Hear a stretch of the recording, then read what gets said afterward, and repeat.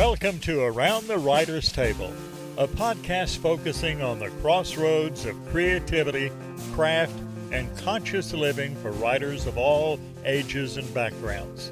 Your hosts are Gina, Melody, and Kimbu, three close friends and women of a certain age who bring to the table their eclectic backgrounds and unique perspectives on the trials, tribulations, and the joys of writing. So pull up a chair and get comfortable here around the writer's table.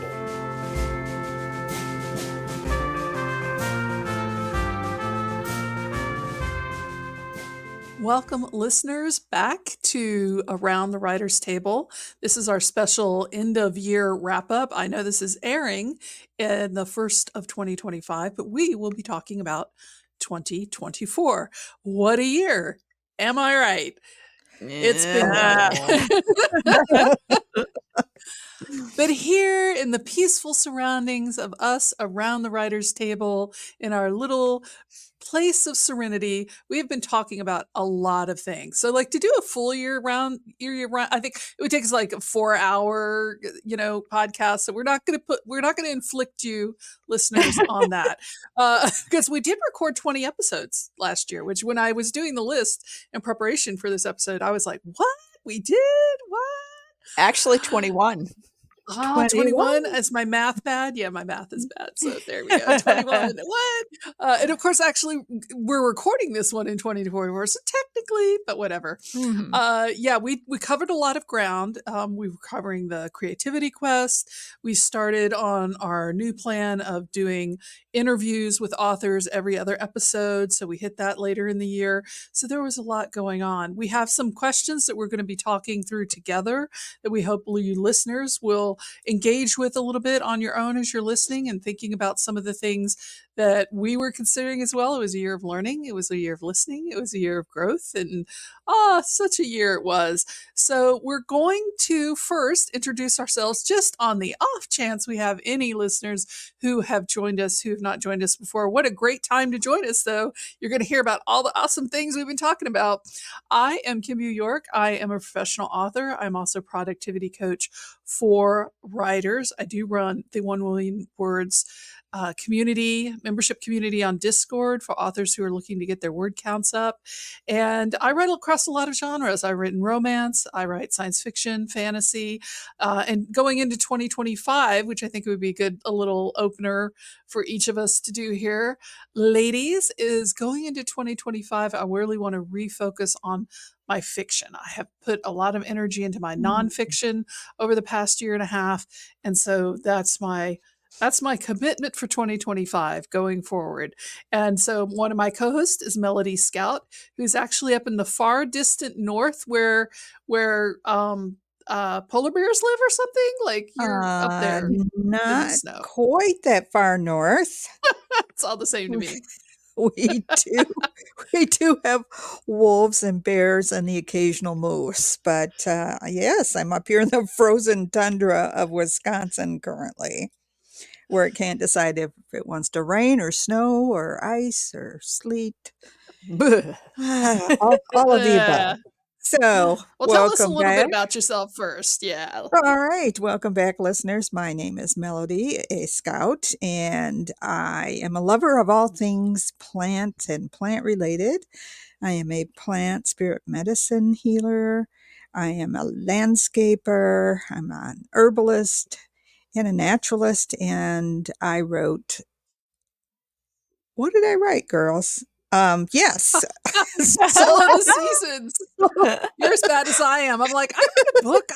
What was the name of thing? Yeah. Soul of the Seasons, creating harmony, connection, and something through tapping the wisdom of the natural world. I honestly do know it. I do know it. It's all right. It's all right. It's okay. It's still early morning for us, and we're all working on caffeine and waking up. So it's all good. Gina, how about you? Hello, ladies. Hello, listeners. It's awesome to be back here again. I'm Gina Hogan Edwards. I am a writer. I write primarily historical fiction, and we'll see where that takes me, because we're going to talk a little bit about that. Mm. I also support women writers through a Facebook group that I have called Women Writing for Change, where we do weekly co-writing sessions. We get on Zoom together and work on our independent projects together. And I invite all of our listeners to join in that if they would like. I also host women's writing retreats called Story Camp, and I am an editor. That's kind of where I got my start in the world of words, was working on other people's writing, and still do that occasionally as well as my own writing.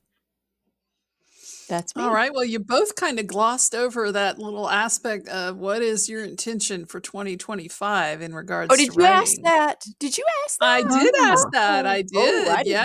that. Yeah. Because I remember I said mine was to work on my fiction over and above my nonfiction. Oh, well, so Mm. we've got in our questions today a little bit related to that, but I will say that one of the things that I would kind of like to do in 2025, which is even hard to say, um, is maybe experiment with some different genres. Historical Ooh. fiction, primarily Okay. what I have focused on, but maybe, who nice. know? Mm. How Maybe about you, I experiment. like Melody? that. Yeah.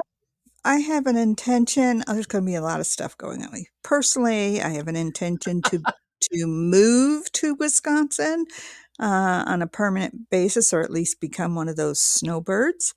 And with my writing, I have an intention of finishing the first draft on my historical novel. All right. All right. So, with these intentions, moving into our retrospective here, right? We all got it going on. Gina, would you lead us through some of these questions and some of these concepts as we look back over the year at what we've talked about, realizations we've had, Sure, conversations? I'd love to do that, and also just want to touch briefly on what the Creativity Quest is for new listeners. It's a Good idea. structure or framework that I came up with that is basically a roadmap for what the creative journey looks like for writers, and it came out of me working with writers, observing writers, being a writer myself. And as we talk about each one of the stages, the first letter of each stage is sort of like an acrostic poem, or if you look at just the first letter of each stage, it spells out the word creativity like an acronym. So we started talking about this when we first launched the podcast, and so we're already into the first I of creativity when 2024 began. And that guidepost or stage of the quest is called Inviting Authentic Existence. And for new listeners, there will be on our Facebook, on our website, there will be a diagram of the creativity quest. So you can download that. So if you want to follow along with each of these stages or just get familiar with them, you can. So we talked about, let's see, CREA. As a REI. IVICY. So we Oh my talked God. about the 5 final stages and through 2024. Like I said, beginning with the I. And so I would like to know from each of you, and from those of you who have been able to listen to the episodes that we've talked about the stages in, and if you haven't, go back and do that. I would like to know what aspect of the Creativity Quest series has sort of had the most lasting influence on your creative journey this past year. So if you think about the stages like integrating and dedicating, or inviting authentic existence, all of those different topics that we've talked about, what has kind of stuck with you, would you say? I think that's an easy one for me. And if you go back, anybody goes back and listens to the episodes, they'll hear me talk about it repeatedly, which is the 3 feet from gold stage. I know you renamed that, did you? Or I don't remember. Yes. Um, Yes. the story of the miner, where you're at the toughest part and you just have to hang on and keep going and trust your instincts, and res- resolve to make the final draft, like to get there and follow through on it, which is a big one for me because especially as somebody who has a lot of ideas about to write and somebody who is a pantser discovery writer, it's very easy for me to get to that 3 feet and go, well, I've got another story over here I can work on or something like that. So for me, Mm, that was a really good discussion we had. At multiple times we had that discussion about what it means to, be a storyteller in the sense of committing to the story, committing to driving on to those last 3 feet to get to the gold, which if you yeah. listen, you'll hear the story of the miner. And it's all about just not giving up when you're so close to where you want to be. Big lesson for me in life in general, but for writing particularly, that was a strong one that came through for me So that one in our relates discussions. to episode 38. And I did originally call that stage 3 feet from gold. And part of the point of us discussing these on the podcast was sort of for me to help refine what these stages are. And in that process, I did rename some of the stages, and I call this one Trusting the Process. So, Oh, perfect. listeners, Yeah, if you want yeah. to go back and look at episode 38, Trusting the Process, then you'll hear that story of the miners and 3 feet from gold in that story. So, Melody, what about you? Thank you, Kimbu. I would have to say for me, inviting authentic existence was Hmm. Mm. really impacting for me. And not that I don't consider myself an authentic person, but I think it challenged me to write with greater authenticity um, the story of my characters and in the Mm, storyline, and not write it easy, let's say, well, with this Mm. and that, and that's how it resolved, and all is well. yeah. But I'm writing in the early 1900s where there was so much going on in the world, and life was very challenging for people, especially the settlers that came into the new land. So that has really challenged me to dive deeper. Yeah. If you'll remember Inviting Authentic Existence, that one was such a big stage that we actually did 2 parts on that one. We started that at the Oh, end of 2023. And so episode, let's see, what would that have been? At the beginning of 2024, episode 32 was actually part 2. So you can go back and listen to those 2 episodes on Inviting Authentic Existence. Yeah, that was a big one. And admittedly for me as well, because that's always just the recommitment to the writing. Don't you think, Mhm. Gina? Like Oh, it's yeah. about mhm. that commitment. Definitely, definitely. So briefly for me, I think it was the verifying and testing stage. That's when Mm. we're like testing not only our skills and starting to share more openly, but also like um, verifying and testing who our supporters are. um, and looking Oh, for, yeah. validation, and when the feedback that we're getting from people is really essential. And it's also can be sort of an experimentation stage. And that's why it rings true with me, is because this year, particularly, I have been trying new things with my writing by serializing my novel on Substack. And so that verifying and testing for me has really been an ongoing process throughout the course of the year. It's like, okay, I'm going to try this. How does that feel? Is that working? Is this working for me and for my characters? And just kind of Mhm. constant reevaluation of each thing that I'm doing. Yeah, it's easy to look back in retrospect, but now that you've put words to it and put it in that phrase, I can see that that's been your journey. Like, Hmm. obviously, I've been there the whole time. I know what you're doing, but I can see the bigger arc of you poking at them, prodding, and trying to shape Hmm. what exactly not just your actual writing, but your career around writing is going to be. So, Yeah, yeah, yeah, yeah, yeah. good one, Thank you. good Thank you. one.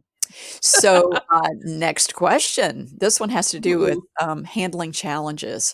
So, in revisions, boundaries and clarity, the episode that we did on that, and then we also did an episode on writing with, around, and through trauma. So those are both episodes that talk about dealing with challenges. So what strategies have you discovered that help you maintain your creative momentum when you are dealing with challenges. Kimbu or Melody, you want to go first this time? Sure. I found that relying on my writer friends and my writer community for support, for feedback, and for some objectivity and guidance has been valuable for me. They keep me moving forward, their encouragement. The historical writers group that Gina and I belong to has been tremendously helpful in keeping me going and motivated and excited about my work.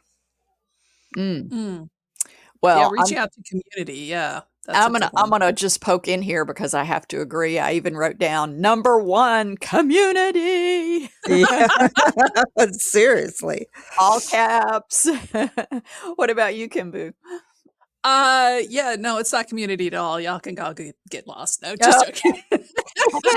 Of course, it's community is a really, really big one for me, but as well. But for me as a writer, coming at it from the point of having been at this for a long time as a professional writer, I think a big breakthrough with me, and certainly you both have been here as I kind of moved through the process, is represented by episode 40, which is learning the rhythms of our creative process.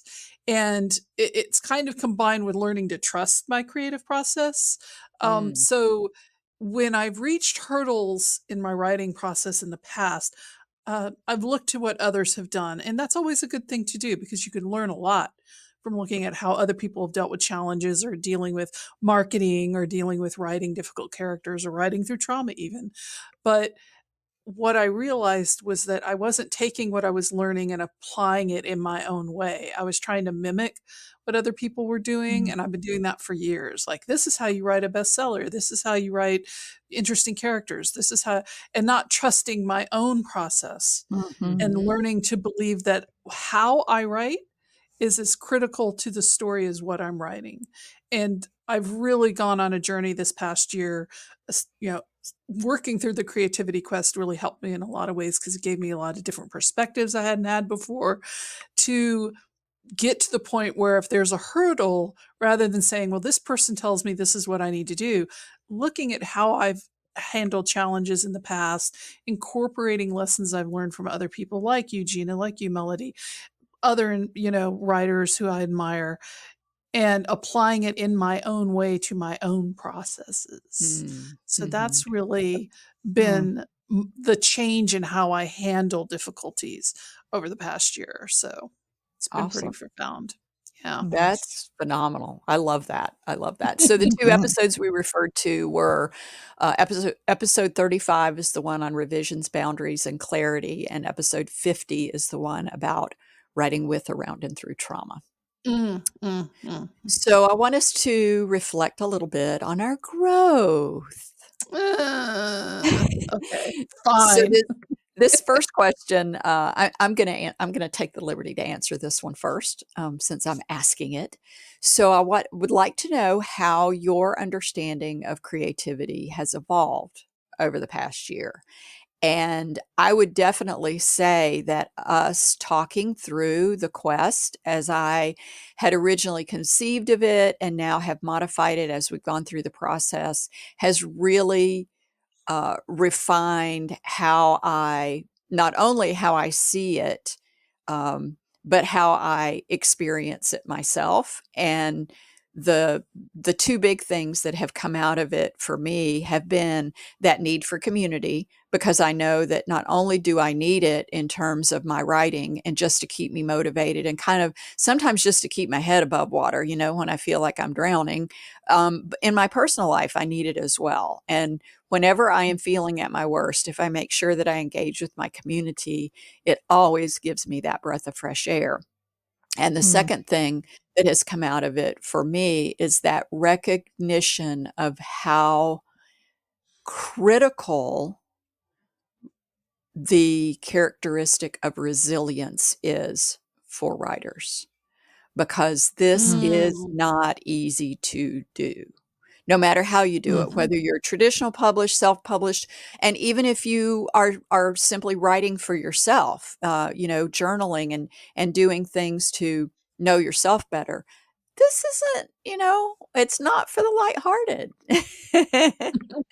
Yeah. And we need to have resilience to be able to stick with it, and when it gets hard, to be able to Mhm. keep at it. So how about you Mhm. all? How has your understanding of creativity evolved this past year? Gosh, that's such a great question. I'm really having to think about that. You go first, Melody. So it's been a big reminder to me to hold this creativity cycle loosely and lightly and make it my own and how it works for Mhm. me, not to Mhm. apply so many shoulds on myself Mm. about my writing. I should be writing more. I should be writing faster. I should be writing every day. All the things that I can, my hyperactive inner critic will um, work me over on.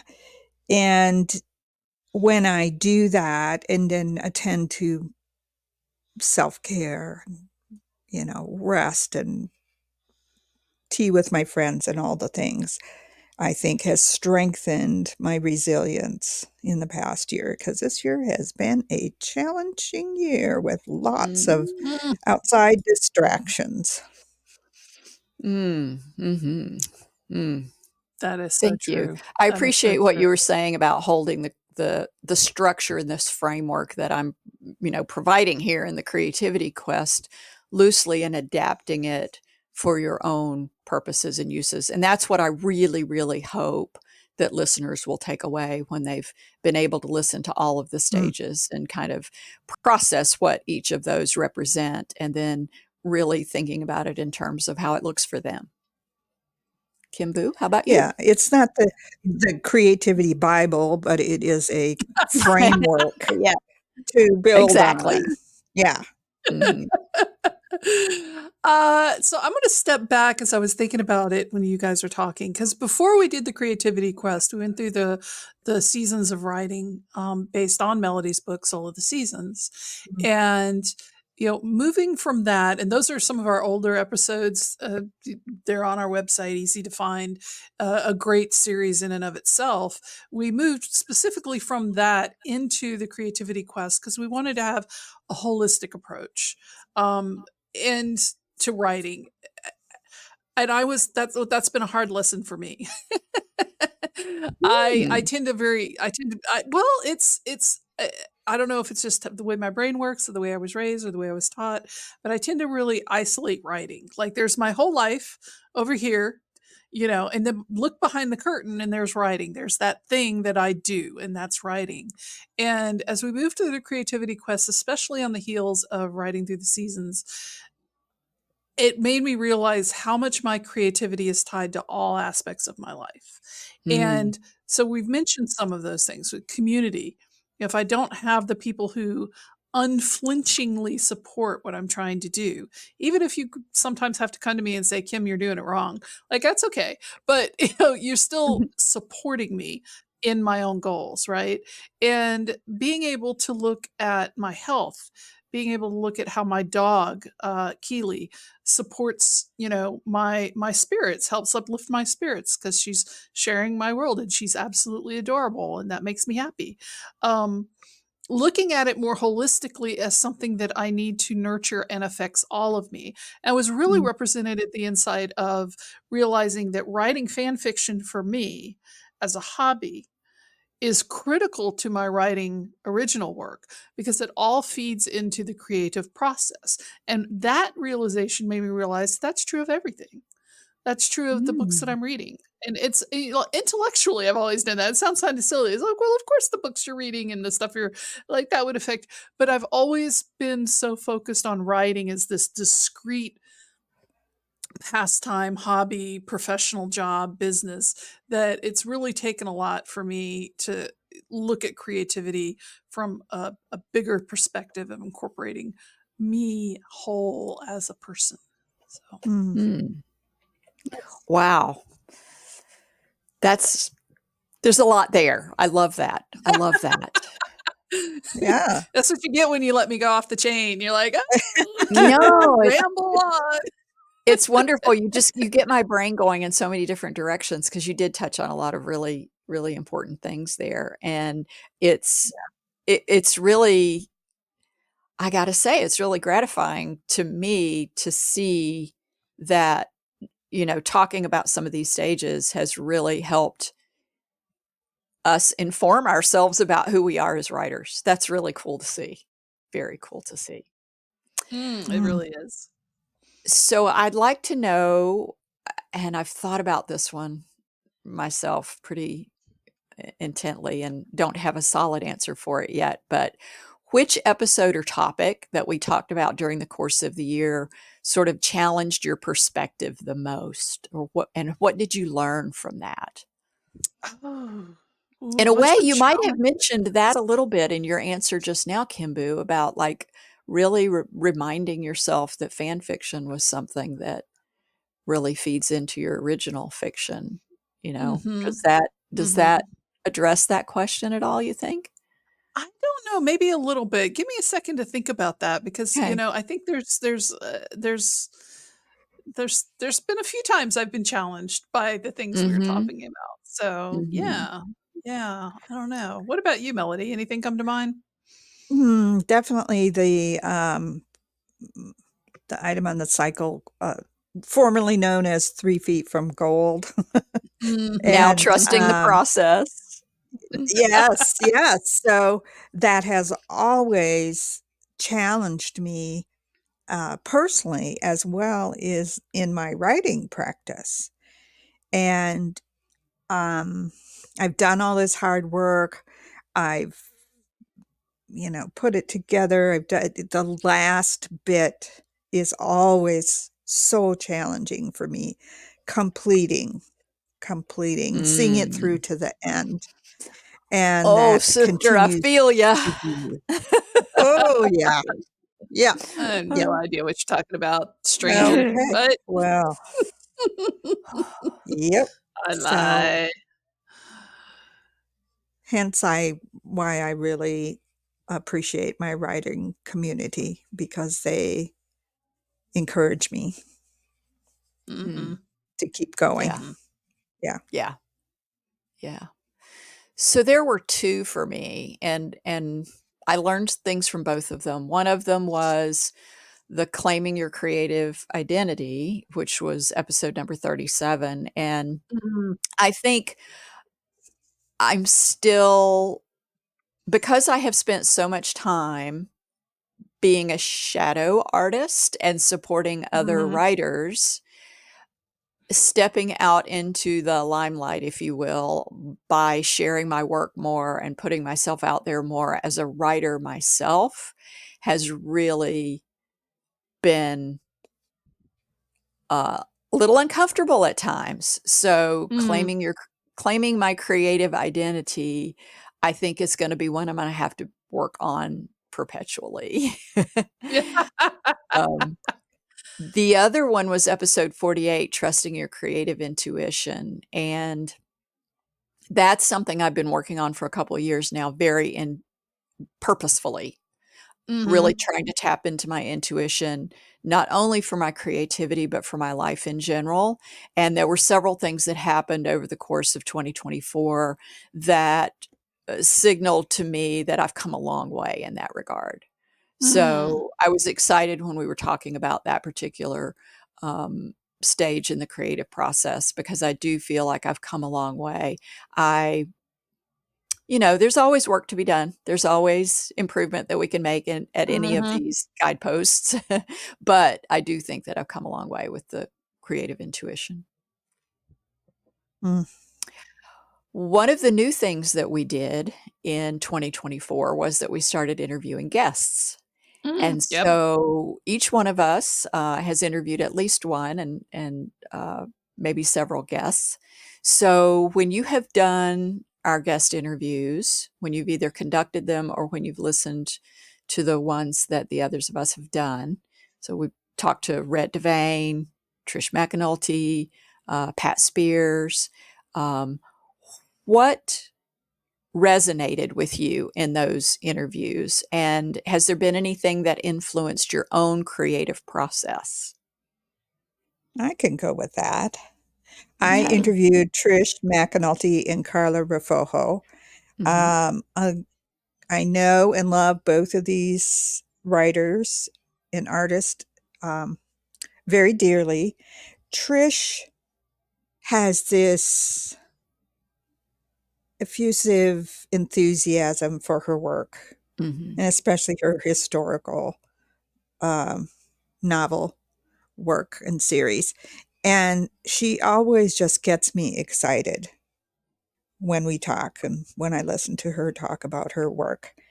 And Carla Rafojo, she is a fellow plant spirit medicine colleague, a deeply warm, empathetic, spiritual person. She created a beautiful oracle deck called the Tolku Oracle Deck. And she reminded me of her deep spiritual commitment and the mindfulness around her work. Mm. She puts a lot of thought and meditation into Mhm. everything she does. Mm. And she Beautiful. creates, yeah. So I those are love being my able favorite. to do these interviews and like have that contact with other writers and just Mhm. get a glimpse into their world and see how it aligns or doesn't with our own. What about you, Kimbu? Hmm. There's so much there because they were such interesting interviews. And little known fact, I interviewed each of you, and even Mhm. those revealed interesting things that I wasn't really in tune with, even though I know you both so well. So I'm sure a lot there's a lot there for our regular listeners. The one interview that really stood out for me was Pat Spears, and her writing is can be very intense. Her subject matter in her latest book is very intense. I won't spoil it for anybody. Go listen to the interview. It's fantastic. One of the things that really struck me with her, and that kind of circles back to what you were saying a little bit earlier, Gina, is resiliency. Mm. Um, she has been writing for a long time. Mhm. She herself is a elder in the community, you might say, and hearing her perspective on long-term creativity, which is funny because I am in my mid 50s. It's not like I'm, the spring chicken right out of college that I used to be many, many years ago. But the and again, this also kind of comes back to the enthusiasm which she dives into her creativity, or she wants to listen to her characters. That was very empowering for me to hear, moving forward in through my middle age as I'm getting older as a writer. Are my stories going to fade away? Is my voice going to fade away? And Pat Spears, I think, really just sat there and was like, "Hell no, kid, you've got a lot more to say." And I think she would Mhm. echo that statement Yeah. verbatim, right? Yeah. Yes. Yes. So that was what that particular interview stood out for me. I love listening to all of our interviews. You guys are great at getting down into the weeds about the writing process and aspects of those Mhm. writers' goals and what they're trying to accomplish. But that one stood out. Hmm. Yeah, I loved doing the interviews. I loved listening to the interviews. We started Rhett Devane was our first one. We interviewed her Mm, on, or I interviewed her on episode 41. The episode that Melody interviewed Carla Rafojo was 45, and I interviewed Pat Spears on 49, and Melody interviewed Trish on 51. So if you want to go back and listen to those interview episodes, and Kimbu interviewed me on 47, and the one that Kimbu interviews Melody is 53. 53. 53. Mm. Okay.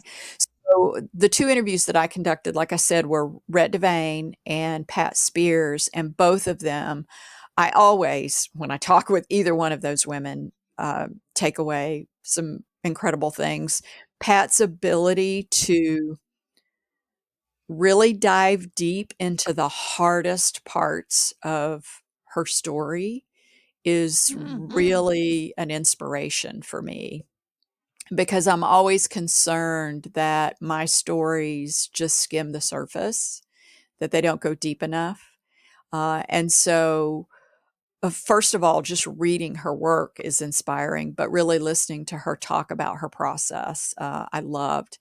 And then Rhett, my gosh, I don't know any writer as devoted to her writing schedule and practice in the way that Rhett is. She is so, I hate to say methodical, but she's very No, that's disciplined a good word for about it. Yeah. showing up to do the work, and she loves it so much, and the way Mhm. that she's crossing genres, writing middle grade, writing adult fiction, writing YA. It's just, it's exciting to watch what she does and to know that that's a possibility for any of us if we want to go there. Mm. But her discipline just amazes me. I will say this though, that if there's one thing that I wish that Rhett would do, it would be to become a stand-up comedian. Like, please, Rhett, put us Oh, all out yeah. of our misery and just I go on know. the road. Oh We my need to. God. If you're Yes, I listening to think this, that's Rhett. valid. That's valid. I think we kind of answered my next question in what we were just talking about in describing the interviews that we did, was any kind of unexpected takeaways that you found valuable. Yeah. So I Yeah. think I we think they're kind of all a touched on little that already. unexpected. Yeah, yeah. So here's a good one for you. Challenges, Uh-uh. triumphs. I'm curious about what your biggest creative hurdles have been this year and how you overcome them. So we talked in the episode about authenticity. Episode 33, we followed up the creativity quest conversation with a conversation about the challenges of authenticity. So that's a really good one to listen to if that resonates with the listeners. And then one of my favorite episodes that we did, you guys, was the Dread Pirate comparisonitis. Oh, she wants to get down in the Yeah. weeds with Dredge Pirate. Yeah. Yeah.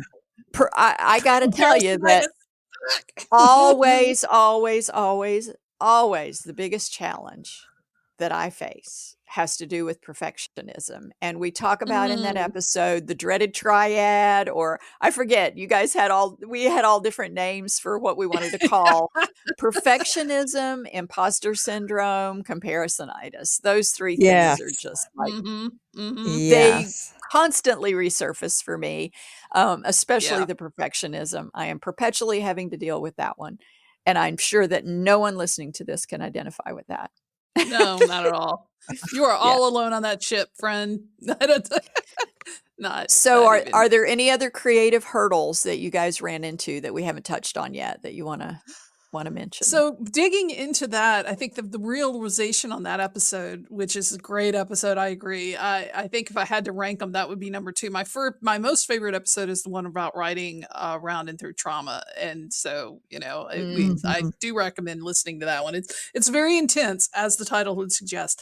But for the comparisonitis one, I think the interesting thing for me was realizing it was my comparisonitis and my imposter syndrome was less tied to my actual writing than it was to my writing career, like comparing myself to the success of other authors Mhm. as opposed to comparing my writing to their writing. Mm. Which, sometimes you Mm. kind of get down in the weeds on that and you don't think about it. But when we were discussing it, I don't remember what you said, Gina, but you really held up a mirror to me and I was able to see how that was tripping me up, because as I was trying not necessarily to match a writer's style, I was trying to match their career.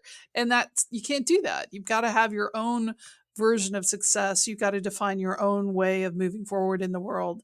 And so that was my big takeaway from that one, was that I was just looking Mm. in the wrong direction on how to deal with those monsters that are coming up over the cliff and trying to cut me down. And so that was a big one. Mm. That was a big one Mm. for Okay. me. All right. Anything you wanna add to that, Melody? I would say, um, of the 3 monsters you listed, probably the comparisonitis one has bugged me more this year, challenged me more Mm. this year about, um, that I should be doing more or I should have accomplished more Mhm. this, with my writing sort of Yeah. thing. Yeah. Yeah. I was really bothered with the imposter syndrome when I was writing Soul of the Seasons. I had started writing on a 2,300-year-old system of balance and harmony that I had just been introduced to. So I was super challenged on, like, who am I to write about this sort of thing? Mm-hmm. But the comparisonitis has been challenging for me this Yeah. past year, expecting more of Yeah. myself. That one, yeah. I think from a productivity standpoint, that's really been one for me too, because Mm. I have a tendency to surround myself with people who are very prolific. And so the Mm. amount of words that they get out onto the page, and I'm such a slow, slogging writer. And so I Mhm. look at that and I'm like, I'm just never going to get done with this. But then I go to my community and they remind me. You can That's do right. Yes. this. And we also give you deadlines, which I'm sure you Yeah, really yeah, love and yeah, appreciate. yeah. Ah, accountability, that's something we're gonna talk about. Um, Uh-oh. so we've already talked a little bit about authenticity and mastery.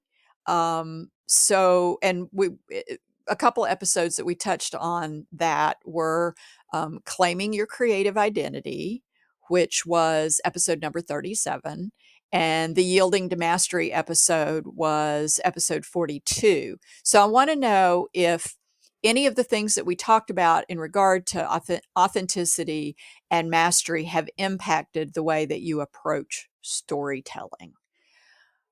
I'll answer that one first, if you don't mind. Okay, go One for has it. The initial thing has been simply looking at how am I going to define what mastery is for myself? Because, I mean, Ooh, mastery is a big word. a good It one. Yeah. connotes that you're like an absolute expert. And I don't think anybody ever becomes an absolute expert at anything. There's always more to learn. And so, Mm. just for me, defining what that mastery means for myself, but also recognizing that if I'm going to lean into my creative identity, a large part of that is influenced by my curiosity, and my curiosity Mhm. leads me down a lot of rabbit holes. And rather than Mhm. looking at it as a rabbit hole that I can get lost in that distracts me from my writing, look Mhm. at it as experimentation and trying different things and, being able to really kind of enjoy where the curiosity takes me instead of feeling guilty that it might be getting me off track. Mhm. Mhm. That's a really good one. I think for Mhm. me, when you're talking about mastery of writing, yeah, defining that for yourself is a really important one. And to me, that kind of circles back around to claiming your creative identity. And I know we talked a little bit about that earlier in this podcast, but really being comfortable in what you want to say. I think Mhm. for themes of authenticity and mastery, in what we've talked about this year, and I've talked about fan fiction, is like just being comfortable in the stories I want to tell. And I kind of had a breakthrough again this year earlier as we were talking about it. It just acknowledging that that's what I really want to do and how I want to do it. And to me, that's really the essence of mastery, of Mhm. striving for mastery, I should say. Like, as you said, there's no true mastery. It's the old, I was reminded of the old, I don't know if it's Japanese or Chinese, the old story of the forge master, the sword master who makes swords, right? And he made the perfect sword. He made the perfect sword. And then he retired because he knew he couldn't get any better than perfect. And I'm like, I never want Mm. to retire. So let's never be Yeah. perfect because I Yeah. don't want to retire. I love storytelling and I love being able to tell the stories that I want to tell and embracing that. So, Mm. that's the authenticity and the mastery that I'm trying to wrap myself around these days. Mm. Mm. Awesome. Readers forgive a lot if the story is told well. Yeah. Yeah, Mhm. that's true. That's I true. know Yeah. I do. Mhm. Yeah. Yeah. Mhm. I circle back to the authenticity issue, and with my Mm. creative, uh, with my historical novel, there are so many levels and layers that need to be incorporated. What's going on in the world? What's going on in a particular country of my character? What's going on in America as it's being developed Yeah, and let's not go there. Right. industrialized? Yeah, all the things that factor into this story and who this person is becoming. But not only that, but the character herself. And instead of bringing her in as this, courageous person that triumphs all the time over challenges, she comes in having to find who she authentically is through all the challenges that are thrown at her. And does she Mm. want to rise to the occasion and face herself down and Mm. become more authentic and live a life for herself instead of others? Is the challenge for me to bring that into this particular story. And it requires Mm. a deep level of authenticity, Yes. at least for Yes. me. Ah. So I have a loaded wrap-up question for us. Oh, no. Like, So none of your bait questions have been loaded so far. I mean, I know well, you've been that's true. softballing this whole time. That's true. So, we've had a lot of discussions this year, both Mm. on and off air. And I would like to know, both collectively, like us as a group, and also individually, what creative goals you've set for yourself for the coming year, and also how we can keep supporting each other and embracing growth and creativity in our different genres and our different fields and our different approaches to writing. Mm. Mm. Hmm. So for me Mm. individually, Yeah, you since go I was first, Gina. talking about that productivity thing, putting out Ah. more words, but not just being more productive, but just sharing more. Like, I've got a lot Mm. of things that I've written or that are half written that I could really go ahead and share. And I mentioned earlier that I think I probably want to experiment more with some other genres. I know Oh, that yeah, that I might wanna hear more about that. Yeah, What? well, I've always been a huge fan of fantasy, and even sci-fi as well, and so I might play around a little bit with those. I don't know. We may find Oh out that my I'm just a gosh. reader and not a writer of those things, but Right. I won't know until I try, right? Right? Yes, And yes, then as far exactly. as supporting each other, we mentioned accountability earlier, and I think as far as accountability, it's kind of on me to know when I need a butt kick or when I need a handhold. And I Mhm. think that it's Yeah. also on me when I set up systems of accountability, whether it's accountability to myself or accountability that I'm structuring to receive from others, that I convey that when I set that accountability up. Like, is this a butt kick or is this a handhold? And is this really what I need at this time? Am I looking for Mhm. some validation and support, or am I looking for somebody to really push me and really, challenge me? So that's kind of on me to get to know myself well enough to know which I need when, and to make sure that I put those structures in place to have what I need when I need it. I like that because So, I that's both I do. self-accountability and accountability as a group. Yeah, Yeah. yeah. yeah, And my yeah. favorite friends, which you two are of this camp, are Yay! those who have, um, they give the kick in the pants with a nice cushy slipper over the top. Mhm. Yeah, So they yeah. both encourage and challenge me, often by asking very pointed questions where I go, Yeah, oh, okay, got it." yeah. Well, I've often told my editing clients that I am both, the upholder of their dreams and their reality checker, and I think that when it comes to Yeah. accountability, that's kind of the way we operate for each other as well. Mhm. Yeah, I Yeah. Um, agree with that. I agree with that. so so goals and support. So how do you see those in the coming year? Well, I did state at the beginning that my intention was to Mhm. focus more on my fiction than on my Mhm. nonfiction, which is funny because I have two nonfiction books coming out right at the start of the year. My collection Mhm. of essays on productivity, holistic productivity, and I also have Out from Fan Fiction, which is a book I've been talking about for a little while, and that's drafted and is in the editing stages. So ironically, my first product, but they were products of 2024 overall. Right. Right. So when I think about goals for the year, I have I have some specific ones. So I'm just going to go into detail. One is Dragon's Grail, which is an ongoing serial.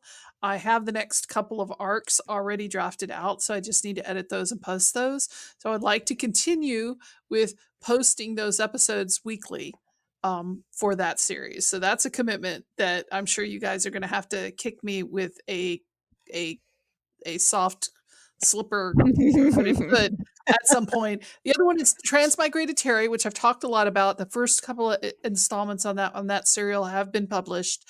I've been doing a lot of work on the back end. I'm going to make the commitment here that I will return to publishing regular installments probably twice a month in starting in February. I still need January to get ahead enough in the story to know where I'm going with it, but that's the other one.